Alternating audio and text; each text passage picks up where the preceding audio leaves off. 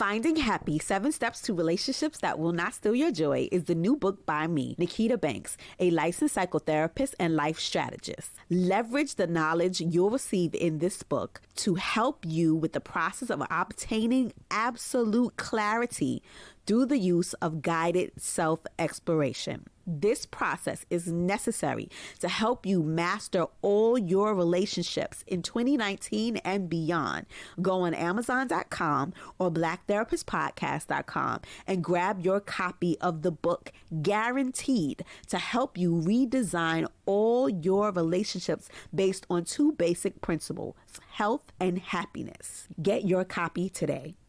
Welcome to the Black Therapist Podcast. The Black Therapist Podcast is a podcast where we discuss the unique issues people of color face when dealing with mental health issues and mental health diagnosis. Now, if you are new to our show, I am your host, author, life strategist, and psychotherapist Nikita Banks, in private practice in my hometown of Brooklyn, New York.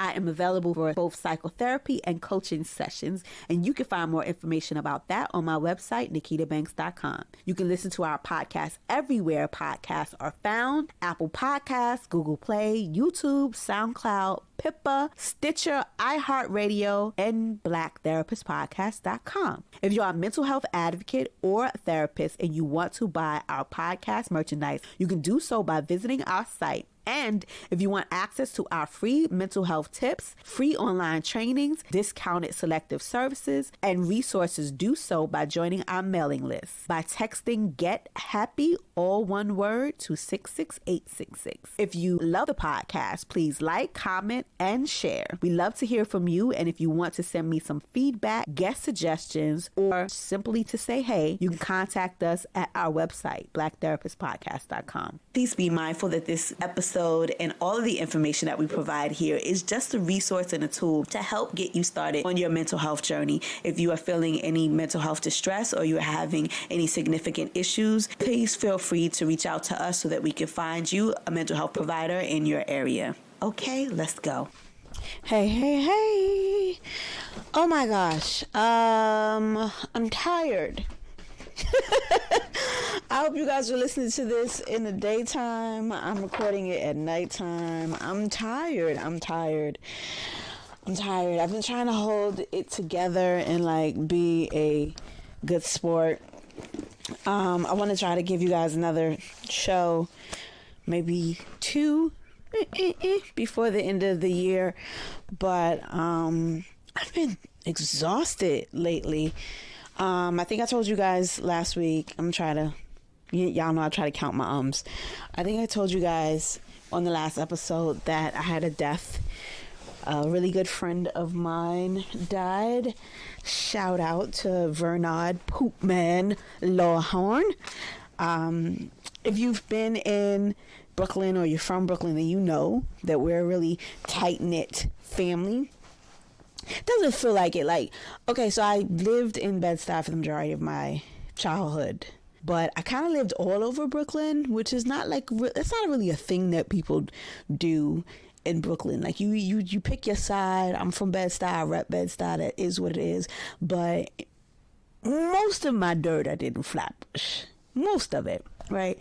And so, me having the option of not going to high school in New York, because I went to high school in Alexandria, Virginia. When I moved back to New York with my high school diploma, I was wild for the night. So it was like running the streets. I partied, I hung out. And so, meeting Poopman, I was calling him by his real name, but I've just found out his real name, at the services. But, knowing him over past 20 plus, my kid is 22, so I probably had to meet him a long time ago. When I was 18 I met him, and so just knowing him over 20 plus years has been a pleasure. But when you love somebody and the people that that know them love that person, but then you don't know how deep and how far and how wide that love goes. And so, just over the last week of going to his services, it just was, it was really like a Flatbush reunion. I always like joke that New York is like a big old, or Brooklyn is like a big old high school. And I know people outside of Brooklyn, but we rep our neighborhoods really, really, really, really, really tough. And so for me to have been able to like, you know, gone to Bed-Stuy and like hang out in Flatbush and like go to East New York and like go to Brownsville and like be in Williamsburg, not a lot. Definitely, you know, be in, where did Bushwick. Ugh. Be in Bushwick, because I lived on the border of like Bed-Stuy and Bushwick, so I kind of got that twofer. And so being from all of those neighborhoods and being able to like go in all of those neighborhoods and be good in every hood that I went to was like a rarity for me, and especially for a girl. And I never had like a reputation, like a bad one. People knew who I was by sight. They may have known my name, but like, you know, I remember my son's dad saying, "Oh, I don't trust you. I don't know what you're out there doing, but I'll never hear anything about you." And I was like, that's the point, yo. If there are no witnesses, there's no crime. So, but like being at his services and going to see how everybody loved him, and how he had that same exact love, you know, having the services in Flatbush and seeing everybody from all over Brooklyn come out and show him love. Like the church was packed to the gills, standing room only. It felt like a high school reunion. It felt like going home. It felt like love. And it was so crazy because I wasn't going to go to the repast, which was the next day. But I was like, Dad, you know what? If anybody deserved a real celebration of life and a party, it was him. And so it's definitely going to be missed. By everybody who knew him, definitely by me. And so just to kind of have him to die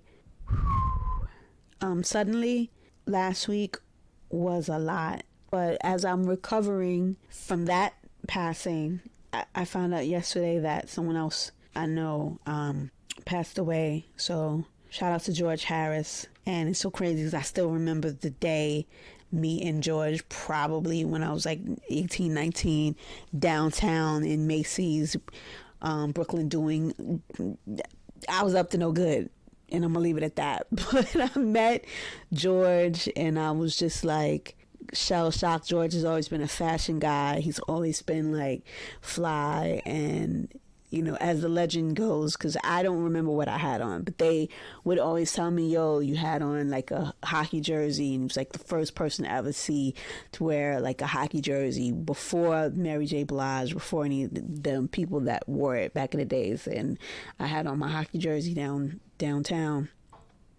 And I want to say I got that hockey jersey the day before. I got it from Macy's downtown Brooklyn. I remember that. And I didn't pay for it, and we're gonna leave it at that. But it was a long time ago, and so to see that, to come home recovering from, you know, going to pool services and then coming home to that, I was just like, God, I'm drained and I needed to stop.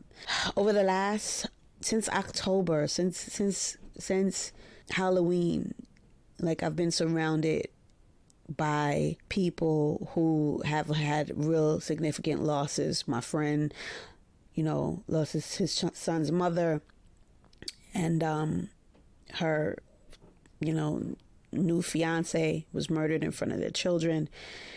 I had dealing with clients who had, you know, family members, multiple, killed. Come to find out last week. I mean, as I was at the services for Pooh, you know, someone else that I grew up with got shot, like right after I saw him. And so being a therapist and making space for other people who are sad when you are sad is a really difficult thing to do.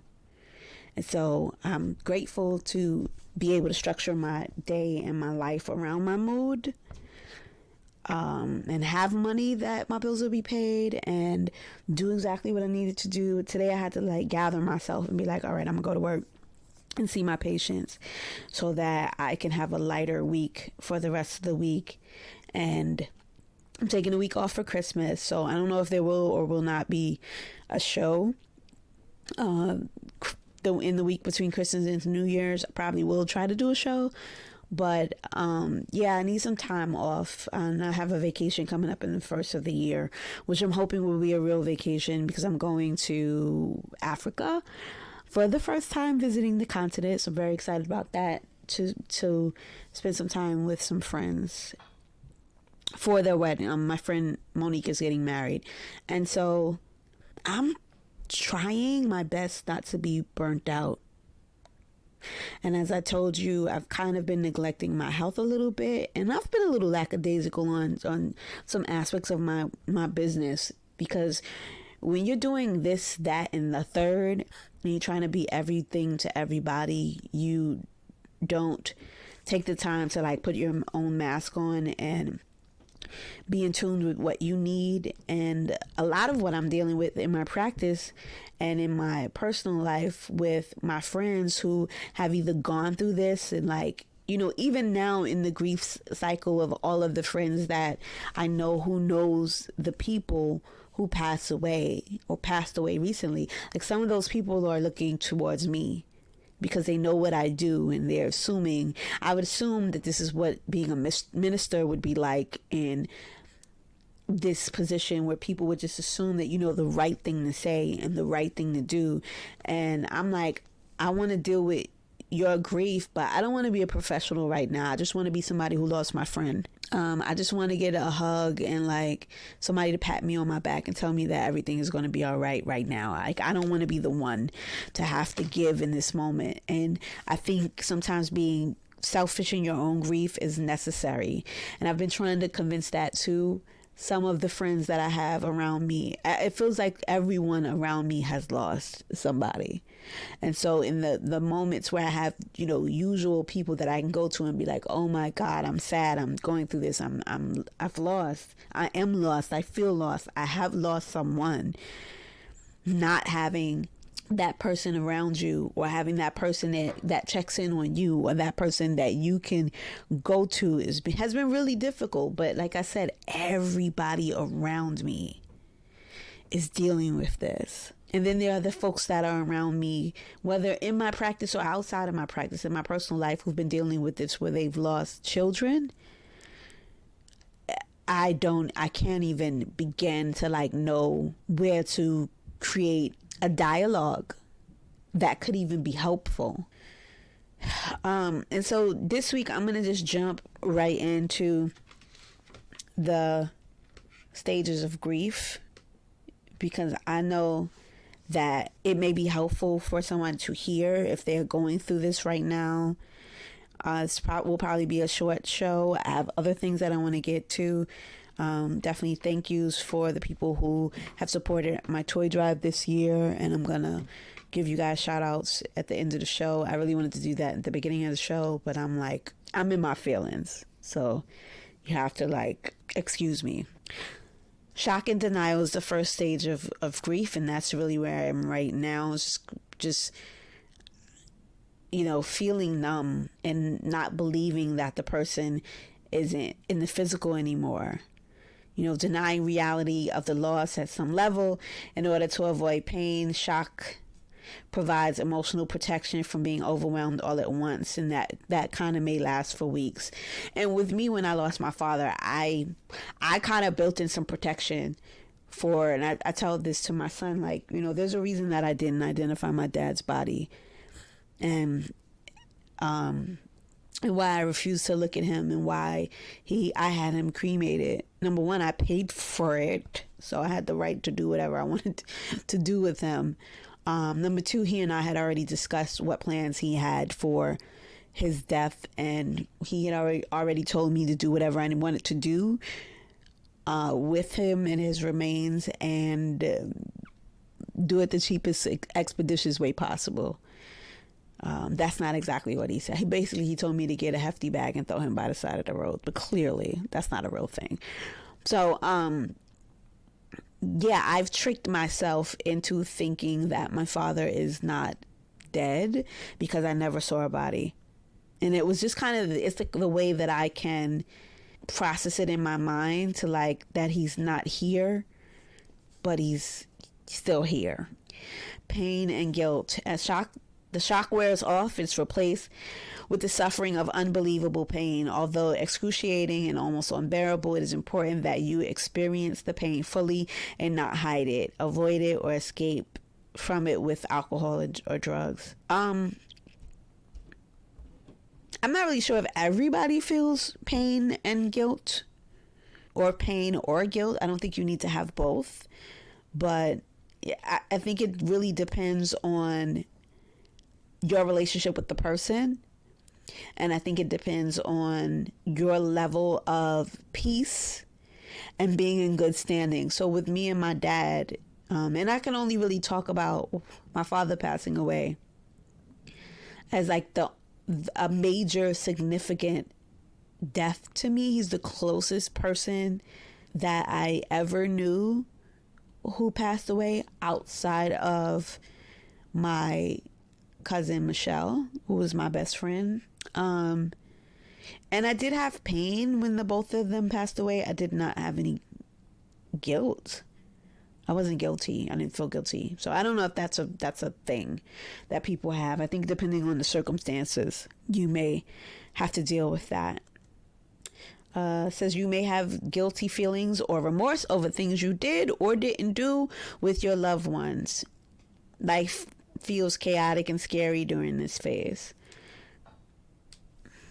I guess so with Michelle, right before she passed away, I hope I'm not bringing you guys down talking about death. If some of you guys are going through this, it may be helpful for you to hear. I think I'm just trying to like rationalize what I'm feeling and like trying to get in tune with my own feelings right now, because I feel numb. Like at Poop Man Services, I was just like going through the motions of like 1 minute feeling happy that I was around all of my friends and that everybody came through, and I was just riding the wave of the love that everybody had for him and how we all loved each other. But I was also filled with sadness knowing that it would probably take another funeral in order for me to see a lot of these people again. It also made me feel sad that I know that I probably won't see them again. Some of them, like that was just kind of like a never gonna see again. Then there were like, reality TV stars and rappers and like family members and like celebrity DJs that were there that I was like, hey, I could speak to that maybe I won't say I won't see them again, as I've seen them like a lot. But like there were other people there that I got to see and talk to that I may not have a chance to speak to every day. But yeah, then I was crying. And then I was like running in the bathroom because I was crying and nobody else was crying. And then I broke my nail. Like it was a lot going on. So I just feel like I want to kind of like process my feelings. And I felt like I was okay with everything that transpired. I wished I could remember the last time he and I spoke. Although I hear him calling my name out loud and yelling at me for not coming to one of the events that he had. And just kind of feeling like, all right, I'm processing that loss. And then to come home within 24 hours, hearing that another one of my friends passed away for like the same thing. Diabetes is killing us. Like what we're eating is killing us. Not taking care of ourselves is killing us. It's just like crazy. So I hope I'm not bringing you down, but I'm just dealing with my feelings right now. The third stage is anger and bargaining. Frustration gives way to anger. You may lash out and lay unwarranted blame for the death on someone else. Please try to control this, as permanent damage to your relationships may result. This is a time for the release of bottled up emotion. You may rail against fate, questioning why me, why them, why us. You try to bargain in vain with the powers that be for a way out of your despair. I will never drink again if you just bring him back. I will never do this if you bring him back. If you take this pain away from me, I'll be a better person. Anger and bargaining is not really, anger is something that I see though. And anytime there's a funeral in my family, there's always a fight. Like, I don't think I've ever been, outside of this one here, I don't think I've ever been to a funeral where there hasn't been a fight or like bad behavior. Or somebody's not cursed out. But my family's so strange. Like, if there's a death in my family, usually we're laughing and joking. So the way we deal with it is, anger makes most of us, we like being angry. I was going to say anger makes most of us uncomfortable, but uncomfortable feelings make most of us uncomfortable. The fourth stage is depression, reflection, and loneliness. So just when your friends may think you should be getting on with your life, a long period of sad reflection will likely take over you. This is normal stages of grief, so do not be talked out of it by well-meaning outsiders. Encouragement from others is not helpful to you during this stage of grieving. During this time, you finally realize the true magnitude of your loss, and it depresses you. You may isolate yourself on purpose. Reflect on things you did with your loved one, and focus on memories of the past. You may sense feelings of emptiness or despair. I know for a lot of parents that I've counseled who have lost children, this is the hardest time for them. They feel really, really guilty that they have other living children that they should be taking care of. They feel really, really bad that everybody else is getting on with their lives, and they feel like they should be getting over it. Oh, it's been a year since, so-and-so passed away. I feel like I should be getting better, but I don't feel any better. And then I don't want to be around people who are, I guess this is the guilty part. I don't want to be around people who are happy, and then I'm happy for a moment, and then I think to myself, well, I'm no longer sad about losing, whoever my loved one is. Do I not miss them? And then you feel guilty, and then the guilt makes you feel sad all over again. And it's really just a death of a dream of the time that you spend with them. But I also believe that, there is a guilt. I also think that guilty part that a lot of people feel that is never ever talked about is really just us missing the person and wanting us to be here. I'm really sad that my friend George is no longer here. He's a really, really good person, but he suffered a long time with diabetes. He had a lot of health issues. And so part of me wants to just be like, I'm glad he's no longer suffering, but I cannot imagine living in a world where I won't see his smile again. I can't imagine not speaking to him again. And as we get older, like it's part of life. It's the thing that we were like, damn, I'm never gonna see these people again. Like, I could go outside and never come home. It's a very scary thought. I'm not afraid of death, my own, but I'm definitely afraid to be left behind by somebody that I love and not being able to deal with the emotions of it, and not being able to not be consumed by the grief of the loss. Like, that's a real fear for me. I can't imagine mothers who lose children, and I don't even want to wrap my brain around that, because I don't think that that's a level of sadness that I could ever come back from. So I think a lot of that guilt that comes for most of us is just when we know our loved ones suffered a lot, just missing them. And when my cousin, Michelle, who was my best friend when she died, I remember in the weeks before she passed away, she had a really long illness, and she called me randomly and by mistake. And she was like, what happened was, I'll just tell the story. My sister was at my house that week, and I guess I did deal with grief. Guilt. What happened was so she had decided the week, 2 weeks before she passed away, or however long it was before she went in the hospital the final time, that we would all go to see go to the Universal Circus, right? And so she got tickets for everybody to go. I have no idea why. So everybody went except for me, because my son and his school had tickets to go the following week. And so I was trying to talk her out of going that week, because I'm like, why would you want to go this week? Let's go next week. whatever. And she was like, nope, I'm going this week. So I was like, I'm not going because I already have tickets. And what ended up happening was everyone went to the circus but me and my son. But I went over the house before they went to the circus. So I got to see everybody before they went. I just didn't physically go to the circus with them. And so my sister didn't live in New York at the time. She had come up to New York. The kids, they all went to the circus. I didn't go. My cousin called me on the phone. I feel like I'm telling two different stories. My cousin called me on the phone. It was Michelle. And she was like, she was looking for my sister, and I was like, she's not here. And she was like, I didn't call you. I'm telling this all wrong. I think I'm in my feelings. Let me gather myself. What happened is that my phone rang. I didn't answer it in time. I star 69. Actually, I didn't have to star 69, but I star 69, right? But I could see on the caller ID that she called. When I saw, because she called the house phone, when I dialed it back, star 69 or however I did it, she answered the phone and she was out of it. And when she answered the phone, I said, she's not here, because I assumed she just was looking for my sister. She left already. She's not here. And she was like, who? And I said, my sister's name. What do you mean, who? She's not here. She's not here. You just called me. And she was like, I didn't call you. And I was like, yes, you did. You just called me. And she was like, I didn't. And I was like, are you okay? And she said, no. And I said, I'm coming to get you. And I remember studying for a test, but I packed her.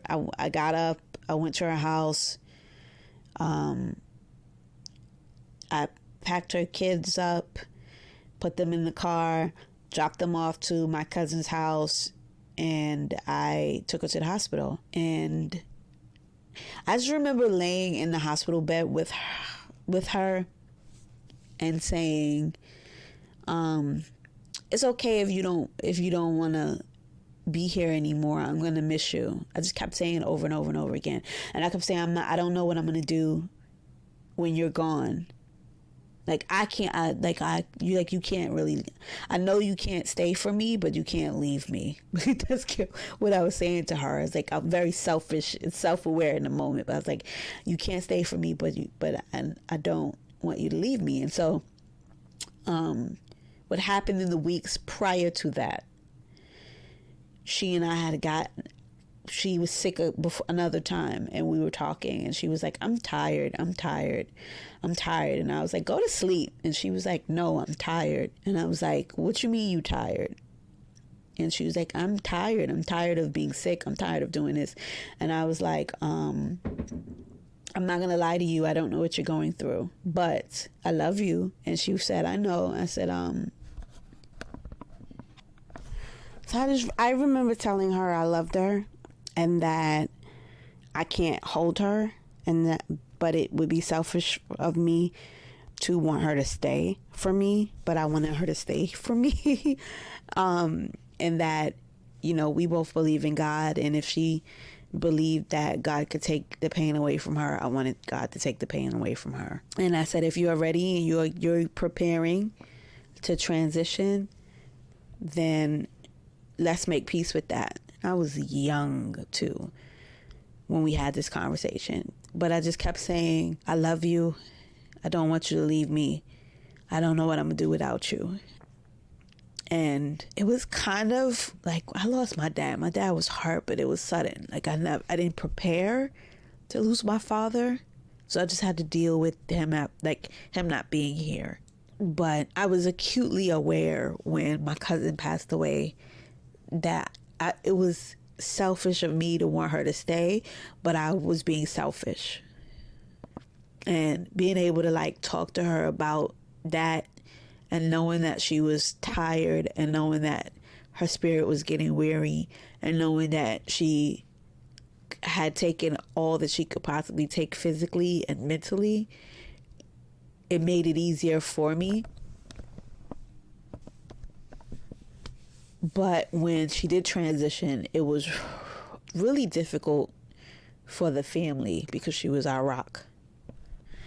And I think for me, being in tune with my feelings, it isolated me from everybody else in the family, because people kind of had to deal with their own feelings and create spaces for their own feelings. And I felt when she passed away, no one, people weren't respectful of the fact that other people had independent relationships with her. And although my loss wasn't her mother's loss or her sister's loss or her aunt's or uncle's loss or her daughter's loss or her, family's loss or whomever loved her loss, her best friend, whomever, my loss was my loss. And like, I could create space for what they were feeling, but also demand respect for what I was feeling as well. And I think that was really hard for us to come back from as a family. And she, for a young woman, she was like big mama for all of us. She gathered us and got us all in line. And so having that loss of that glue, it really did something to all of us and broke a spirit. And it kind of felt like that at the services for my friend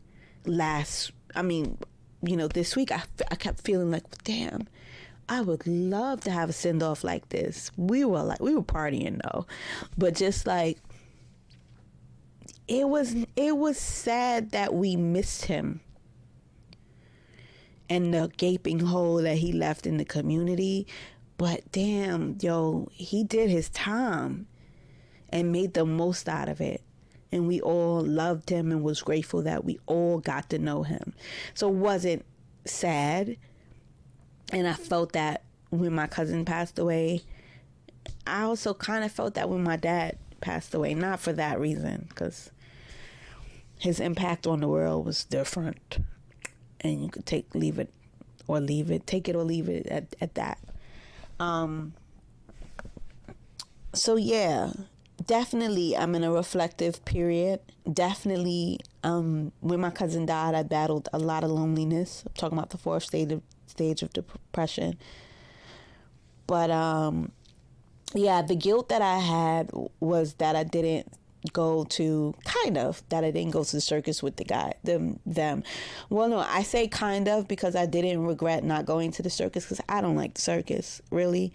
But when I end up going to the circus with my son, that week that she passed away, I cried like a baby at the circus. I will never in my entire life go back to the Universal Circus ever again because of it. Just like a real bad memory for me. Stage 5 is the upward turn. As you start to adjust to life without your dear loved one, your life becomes a little calmer and more organized. Your physical symptoms lessen and your depression begins to lift slightly. After that is reconstruction and working through. As you become more functional, your mind starts to work again, and you will find yourself seeking realistic solutions to problems posed by life without your loved one. You'll start to work on practical and financial problems and restructuring yourself and your life without him or her. I also think in that restructuring period, what happens for a lot of us is that we gain activism. We want to find meaning in the loss and find meaning in the person's life. If they died in a way that defies logic, gun violence, racial strife, a disease, whatever it is, like we want to get active in that reconstruction and working through period. We really just kind of want to make sense of the senseless through altruistic expressions of love and kind of keeping that person's memory going. The last stages are acceptance and hope. During the last 7 stages in the grief model, you learn to accept and deal with the reality of your situation. Acceptance does not mean instant happiness, but you will start to look up. For a particular family that I'm working with right now, there's a baby that's coming soon, and I try to work with the family to think about the new beginnings. And it's very, very difficult. It's holiday season. It's Christmas time. You know, for my friend who lost his child's mother, for this to be the first Christmas without his mom is going to be very difficult. The holiday season is going to be very difficult for anybody who lost something. For me, my dad's birthday is 3 days after Christmas. And so somebody booked a therapy session on my father's birthday. I was like, I'm not working on my dad's birthday. I don't know how I feel now or if I'm going to feel good on that day, but maybe I'll just sit in the house and have a drink or like read the scripture or go outside or like go on a date or do something, whatever it is. Like maybe I don't want to make space for anybody else's feelings on my father's birthday this year. And so being able to kind of know what I need and put limits in place so that I can be okay when I need to be okay and not create space for feelings of anybody else's besides my own and being selfish is a necessary thing. And for me and the other caregivers out there, the other strong ones, the people who are holding it together for their family members who are not emotionally equipped, you don't have to be strong throughout this. You don't have to be the strong one. You don't have to be the one who is keeping it all together for everybody. You don't have to do any of that, because in the quiet moments of the night and of the day and in the recesses of your mind, when you are holding it together for everybody else, eventually you will break down, and that's okay. Like my friend, when he told me that his son's mother was murdered, he sounds so regular, and I was like, bro, you are not regular. Like, I know what you focused on right now is like taking care of your son and like getting your ducks in a row and taking care of the family and making sure you do what you got to do and being a responsible man and all of this. But bro, you ain't okay, and it's okay not to be okay. And even if you are okay now, right? Because you busy. We get bogged down with that busyness in the beginning of like, oh, I got to do this and I got to do that and I got to plan a service and I got to get a suit and I got to get a this, and you know what I mean? Like you going. Eventually you stop moving. And I kept saying to him, yo, either you're going to take a minute to catch your breath and sit down, or God's going to sit you down. And you got to be prepared. Like while you're moving right now and you being a busy bee, bro, take care of your plan for what's going to happen when you break down, because the breakdown is coming. And it's okay. Whether that's you just call me, whether that's you find you a therapist, whether that's you find somebody else, like the breakdown is coming. And you cannot break down while your son is breaking down. Like you could maybe take turns, but you got to be strong for him in those moments. So you got to figure it out. So right now, while you're in the planning stages of doing everything and being everything for everybody, you start to plan right now for your breakdown, because life is going to get quiet in a minute. And the funeral passes and the repasses and everybody stops coming by the house, and eventually life moves on. And this is New York. I live in New York, Brooklyn.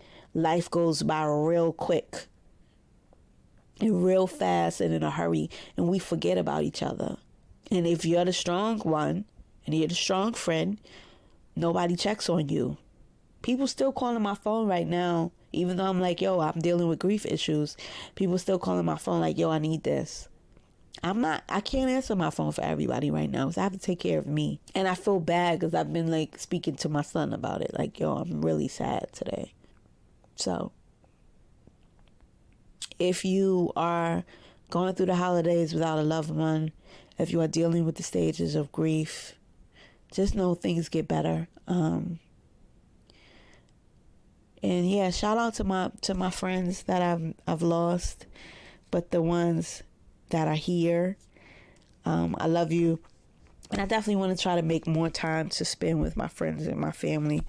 And I also know that life is too short. There are a lot of things that I've been putting off, things that I want to do, plans and things that I have for my life, and visions that God has given me to execute, and I haven't really been doing those things to the 100%. So this is just kind of giving me a kick in the ass to be like, yo, you don't want to leave here without fulfilling your mission, son. So you better get on out there and do what you got to do. So if you are out there and you are listening and God has given you a vision for your life and you bullshitting and lollygagging, like there's no time like the present to get on those things. And it's a new year coming, and it's a new day coming, and it's not an excuse anymore to not have any resources or information or know-how or skills to do whatever it is that you want to do, because we all have our computers and we have our phones and we have everything. So we have what we need. Okay, and if you don't have what you need, get yourself a therapist or a coach and let them assist you. I have been doing I'm doing long pauses. I've been doing a toy drive for the past 5 years. I said this last week. So I'm going to end on a high note. And I've been doing this toy drive for the past 5 years, five or 6 years. I lose count. I believe 6 years, but 5 years. The last 2 years, I funded it myself. I bought all of the toys. Usually we buy toys for about 40 or 50 kids in the domestic violence shelter that I used to work at.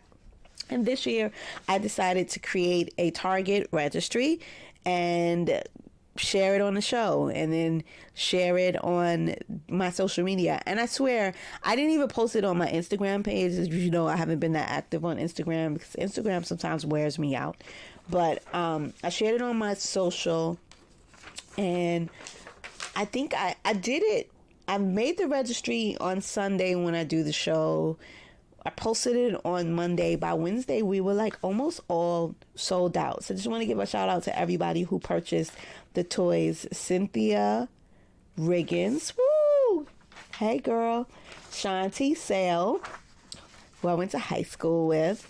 Cody Hamilton. I'm not even looking at it, but I know that you bought because you're my family and I saw the receipts.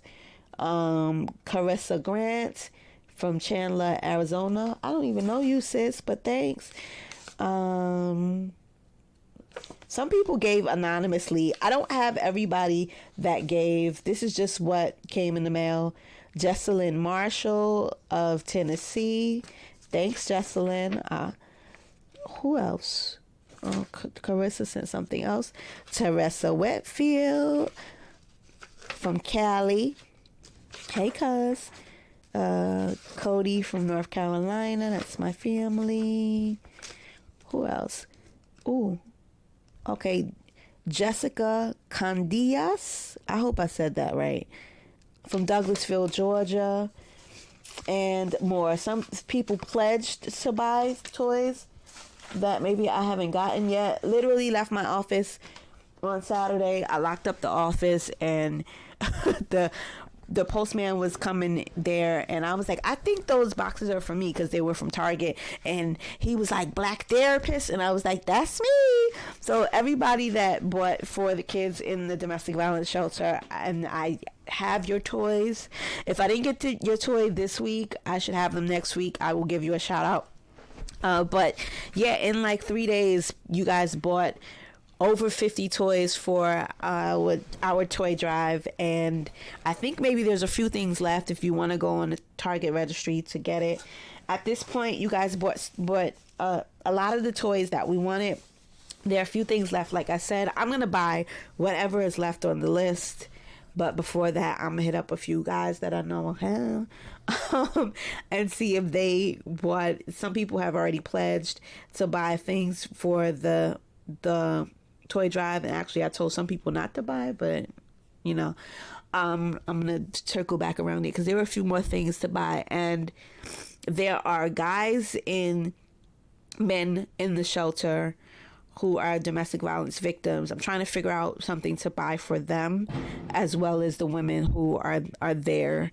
So that's what I'm going to do this week. Probably try to go get something for the women and the men that are there. Usually I just buy for the kids, but I think I'm going to splurge a little because you guys help me out. So I have a few coins in my pocket that I can make Christmas good for some of the adults that are there as well, because some of them feel forgotten. Okay, so this has been another episode of Black Therapist Podcast. I've hoped throughout the year, if you've been listening to the shows, that have been a blessing to you. Pay it forward. My friend Poop Man, as well as George, he taught chess in our school systems. He was one of the flyest dudes I've ever known in terms of like fashion and styling. Like, these were givers. They were talented people.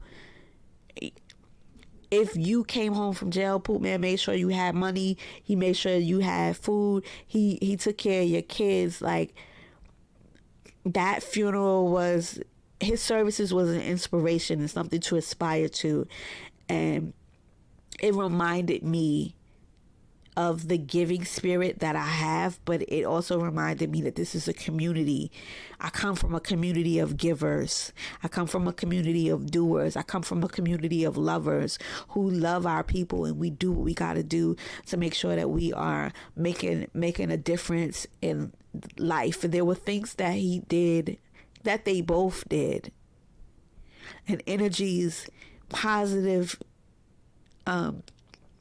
messages in a bottle, love letters in a bottle that they sent out into the universe that I didn't even know that they sent, of just the things and the gifts that they bestowed upon everybody else. So if you are somewhere right now and you have some friends or family, if you can't give to our toy drive, I don't care, but just give back in the way that you can with somebody, whether it's just a simple act of kindness, whether it's a random compliment of somebody, a swipe on the Metro card. Don't do that in New York because you might get arrested, but just a random act of kindness that you could do for somebody right now to just let them know that they are loved. It's holiday time. There are people out there without families. There's people out there without homes. There's people out there without food. And so just do what you can to spread love where you are this holiday season. Let the people that you know and that you love, make sure they feel that shit. Okay? I'm gonna go. It's been another episode of Black Therapist Podcast. I love you guys. I appreciate you guys for rocking with me and supporting my mission. Be well. Thank you guys for listening to another episode of Black Therapist Podcast. Once again, you can follow us on all our social media sites at Black Therapist Podcast on Instagram and on Twitter, as well as Black in Therapy on Facebook. Or you can follow your host, me, Miss MSNIKI Banks, on Instagram and Twitter, as well as you can find out any information about me at Nikita, NIKITA Banks.com, and on the show's website, blacktherapistpodcast.com. And don't forget, if you want to send us any general feedback, show suggestions, show topics, or guest ideas, please feel free to drop us an email at blacktherapistpodcast@gmail.com. Thank you. Be well.